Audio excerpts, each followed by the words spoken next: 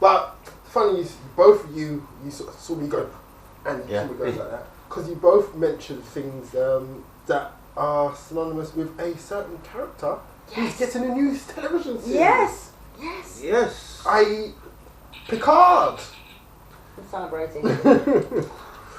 Jean-Luc Picard. Jean-Luc. What's her name? 7 from 9. She's in it. 7 of 9 is it, and Q was in the Next Generation series, and they're coming. And of course, let's not forget Data. Yes. Our favourite. So sorry to jump. So it's very interesting here that they're doing like a fusion here between like Voyager and Next Generation in the Picard show, because they're using characters from like both series. So sorry just to break the fourth wall. That's what you call it. Just so people know what we're talking about. There's a new trailer out. If you haven't seen it, you should go and watch it for the Picard series. It's a new television series coming in January, I would say. Yeah. Which is interesting because it's more or less dropping around the same time as Discovery. So I think it's going to be the first time ever that there's going to be 2 Star Wars series on TV at the same time. It's going to be hard work. Yeah. Hard work because you're going to have to keep up and make sure you see them, because if not... I've got a question to ask you both of you. What did you think of Enterprise? Oh, let's not go there. I never watched it, so... I like that. Let's not go there. Yeah. I'm sorry. Again, he'll always be Quantum Leak. Exactly. Leak. There's something like sometimes when the character just doesn't... fit. Yeah. You know what? I absolutely adored Quantum Leap. Quantum Leap was brilliant. They should bring that back. That was a banging show. They should do a new series. Yeah, that was a banging show. Because he reminded me of Randolph Scott in space. In fact, we should do a segment on some of those old ones. Do you remember Voyage to the Bottom of the Sea? Yes. Some of those like 60s, 70s, and 80s. I think we will, because they've redone Lost in Space. Lost in Space, and I'm assuming because it was such a good series, the remake on Netflix, they will be doing a second season. I want them to redo Time Tunnel. Oh, high five! Oh, that was the one. Before I love my that. time. Our younger brother. But yeah, Time Tunnel was great too. There were some great things. Yeah. What's the one? So, anyway, coming back to Picard. So Picard, classic Shakespearean actor that he is. He's now back on his own, and it's interesting because I saw an interview with him, and they asked him why, what brought him back, and he was like, "Well, they kept asking me, and I kept saying no, and in the end, they offer. I just couldn't turn it down." Yeah, but I think so. Could be like Beverly Hills Cop 3 then. No, I don't think so, because I do think he was kind of like enticed also by the possibilities of doing things with Jean-Luc Picard that he never got a chance to do. I just hope here that Picard, the first episode doesn't jump the shark too early. Doesn't what? Jump the shark. Well, how do you mean? What's jump the shark? I'll explain jump the shark. Yeah, please do. For some viewers out there as well. So he's breaking the fourth wall on that. Yeah. Okay. Do you remember Happy Days? Yeah. Do you remember when Arthur Fonzarelli jumped over a pen with water skis with his leather coat on, and there was a shark inside it, Okay. Jump the shark refers to when a series has got no place to go and it starts to go downhill from a certain point in time. That's when Happy Days started to go down. Like the last season of Lost. Yeah, when they jumped the shark. They can't get any better. So though, I mean, based on that preview we saw. I don't think that's happening.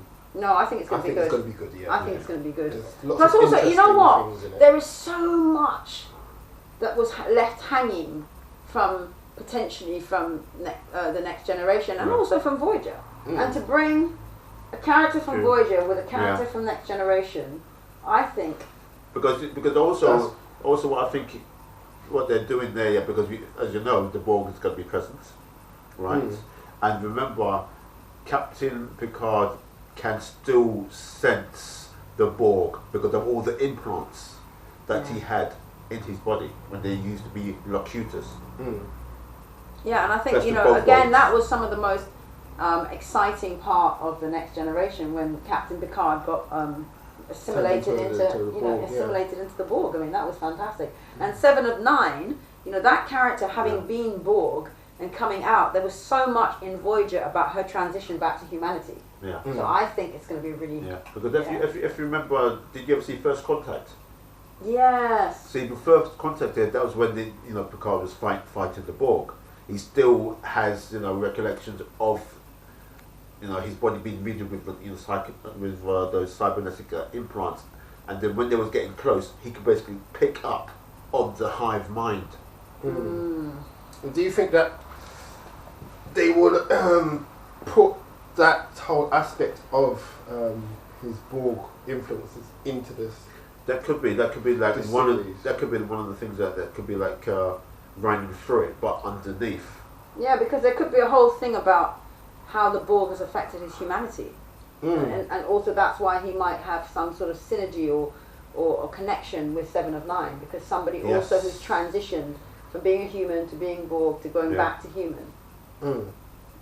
Because actually, maybe that's why he's living in the chateau now. The chateau that he never really liked to live in at all, that he was trying to get away from, so he can get back to his humanity. Be an ordinary person. Yeah, ordinary thing. because I think what John Luke really wanted there, he basically wanted like a wife and kids. And remember, I think he did for a time. He was going out with Beverly Crusher. Oh, and Ensign, her son. He treated him like a son, didn't he? Yeah. Wesley. Yeah. Wesley Crusher. Wesley Crusher. Ooh, that now made me think of Big Bang Theory. Yeah. It's another one, but Yeah. And also remember the Wesley Crusher character. He became one with the cosmos because he had the ability to basically see everything all at once. Because when the Traveller told him, if you remember that particular episode. Yes. He was quite yeah. So what do you think of this new girl? The girl that was looked like she was very intriguing. Had she had a Borg implant removed? You mean she had that scar? Yeah. Looks like it. Very interesting. Do you think she could be related to Picard? Could be. Yeah. In space, everyone can get a sample of your DNA. Yes, very true. Yeah. And didn't he have some kind of tryst with the Borg Queen at some point? Yeah, but remember that cube was blown up. Oh, okay. But how do you know she didn't escape, or she didn't? No. She didn't jettison some of her. No, she got melted because remember Data burst that thing, and it was leaked. Yeah, but you have to remember, Dirty Den was dead for years. In television, that doesn't yet me. So they can change things. They'll just rewrite certain bits. Lots of people do come back. I mean, if it really happened the way it did on TV, I mean, funerals wouldn't have the same impact. We'd be like, yeah, okay, see you next time. Who's in the coffin? Nobody. We did do a previous show about the Joker and the Batman universe, and loads of people die and come back. Coming back. They're always coming back. But that's the zombie gambit, them come back alive. Well, some come back as zombies and some don't. Well, I was talking about someone who has technically died and it might be coming back, but we don't know how the brain is going to be working. Is Data. Our favourite android. As we saw in the trailer to Picard at the end.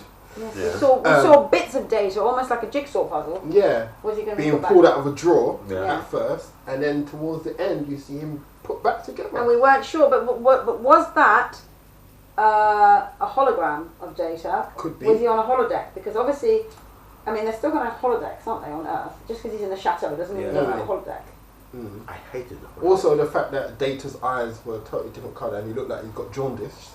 But he always had jaundice. He had a kind of green. No, he was pale, wasn't No, he always did have that pale kind of yellowish greeny, kind of greeny, yellowy, kind of almost metallic skin. But not that yellow. Yeah. No. Maybe it was just your screen. But yeah, he was very yellow. He looked bloated, but that's age. But that's age. He's no youngster. He's another one that's been in the Big Bang Theory. And in the Big Bang Theory, he was a bit Brent Spiner. Yes. In fact, he directed quite a few episodes, didn't he? He's done quite a bit of nothing. Really? I think they should bring back the Klingon. Bring back Worf. I think, Worf is my favourite. Oh, I love him. He's so handsome. Oh my God, that actor is gorgeous. Worf, if you're out there. Michael Dawn. Yes, Mr. Dawn, if you're out there, send your Captain, single. we should kill the alien now. I'll have the Klingon. You can have the human. Yeah. Shaniqua. I mean, we're looking for partners. If you're up for it. Yeah. Can you remember one good Worf quote? He basically, when he says that a human woman is too delicate for him. Oh yes. gosh. And you? No, I can't remember any.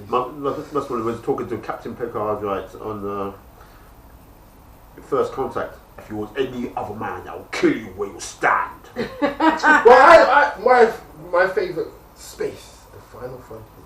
These are the voyages of the started Enterprise. Yeah. I like that. Yeah. Sorry.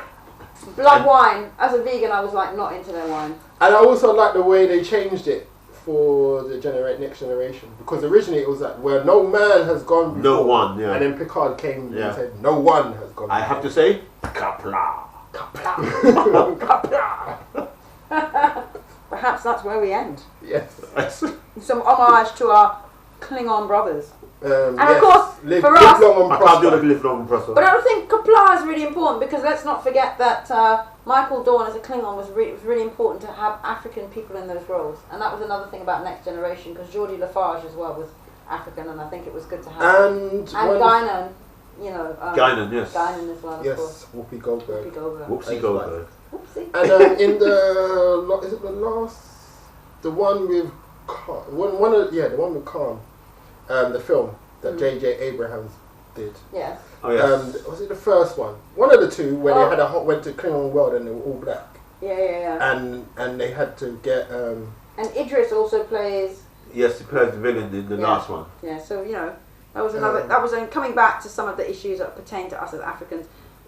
Star Trek really did represent. And Uhuru. Yeah, well, she was she's classic, man. She's good. I think every man loved. I mean, have you seen photographs of her recently? In her 70s, beautiful, stunning, white hair and stuff. Stunning woman. Oh my God, big up to that sister. So but she could really sing as well. But anyway, we're going to say goodbye. I'll say Kapla. Kapla. Live long and prosper.